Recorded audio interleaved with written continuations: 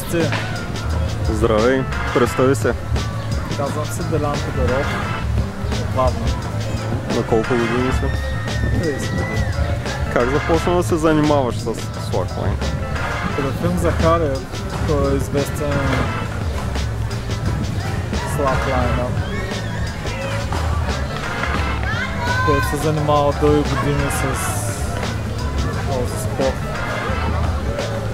Ми го представи, оттам започна да се интересува, следствие да се занимава.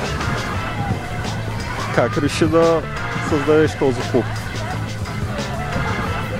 Идеята започна първо да помагам на Серафим с разпространението на този спорт и след това реших, че мога да обединявам хората в клуб, които искат да се занимават с самия спорт.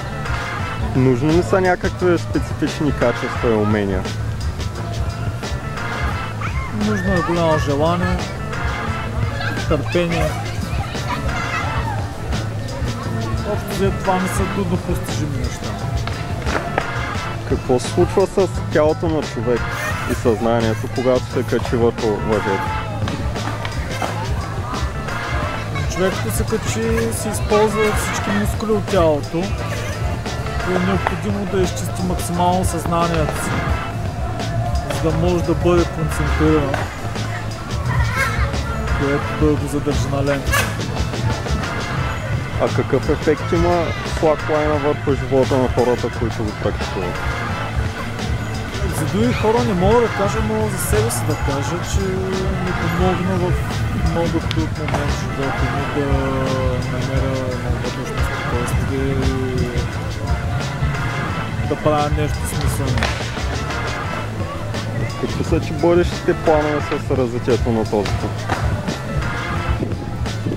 Плановете ми са да взема още ленти, да взема необходимата екипировка и да осигуря необходимите условия за развитието на мен и други хора, които имат желание да се занимават. Добре, благодаря. Благодаря.